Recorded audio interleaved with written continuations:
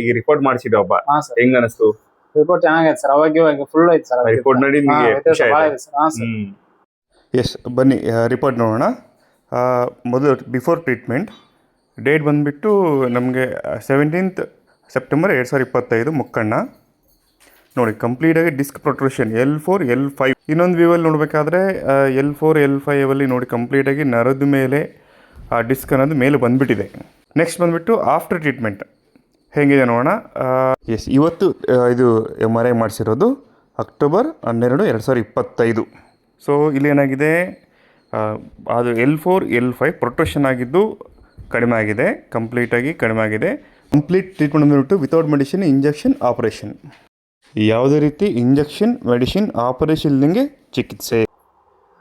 S, ನಮಸ್ಕಾರ sir. ನಮಸ್ಕಾರ sir. ಎಲ್ಲಿಂದ ಬಂದಿರೋದು? ನಾವು ಬೊಮ್ಮನಹಳ್ಳಿಯಿಂದ ಸರ್, ಆಂಧ್ರ ನಮ್ದು. ಬೊಮ್ಮನಹಳ್ಳಿಯಿಂದ ಬಂದಿರಿ.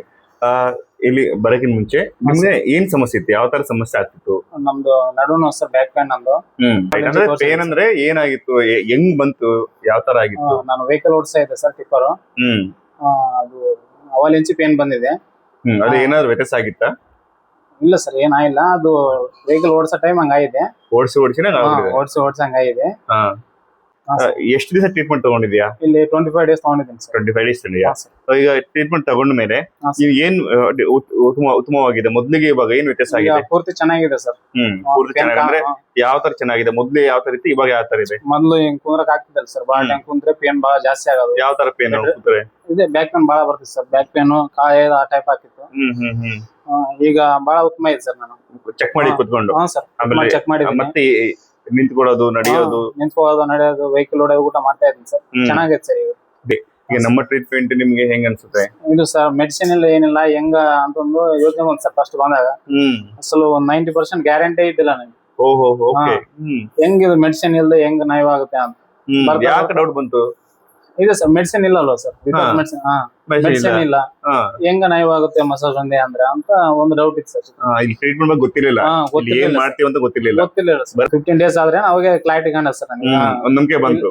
ಒಂದ್ ನಂಬಿಕೆ ಬಂದ್ರೆ ಕ್ಲಾರಿಟಿ ಫುಲ್ ನಯವಾಗ್ಬಿಡ್ತೀನಿ ನಾನು ಇಲ್ಲೇ ಅಂತ. ಬೇರೆದಲ್ಲೆಲ್ಲ ತೋರಿಸಿದ್ರೆ ಅವ್ರು ಸರ್ಜರಿ ಮಾಡುವಾಗ ಇದಂತ ಹೇಳಿದಾರೆ ಸರ್. ಇಲ್ಲಿ ಬಂದ್ಮೇಲೆ ಗ್ಯಾರಂಟಿ ಸಿಕ್ಕಿರೋದು 90% ಪೂರ್ತಿ ರಿಕವರ್ ಆಗಿ ಹೋಗ್ತೀನಿ ನಾನು ಇಲ್ಲೇ. ಇಲ್ಲಿ ಬಂದು ಟ್ರೀಟ್ಮೆಂಟ್ ಸ್ವಲ್ಪ ದಿನ ತಗೊಂಡ ಮೇಲೆ ಗ್ಯಾರಂಟಿ ಬಂದಿದೆ ಸರ್. ಇಲ್ಲಾಂದ್ರೆ ಸರ್ಜರಿ ಮಾಡಿಸಿದ್ದೆ? ಹೌದು ಸರ್, ಸರ್ಜರಿ ಮಾಡಿಸಿದ್ವಿ. ನನಗೆ ವಿಡಿಯೋ ನೋಡಿ ಇಲ್ಲಿ ನಿಮ್ ಮುಖಾಂತರ ಬಂದಿರೋ ಸರ್ ನಾನು. ನಮ್ಮ ಟ್ರೀಟ್ಮೆಂಟ್ ಗೊತ್ತಾರದು ಹೆಂಗ್ ಗೊತ್ತಾಯ್ತು ನಿಮ್ಗೆ?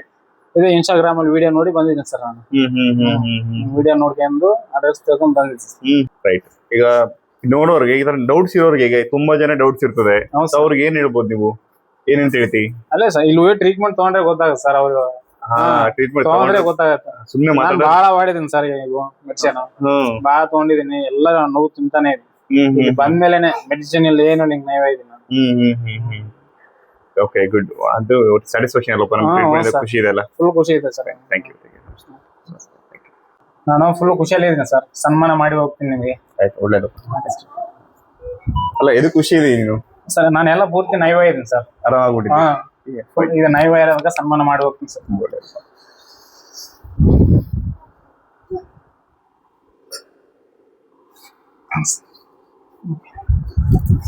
Thanks.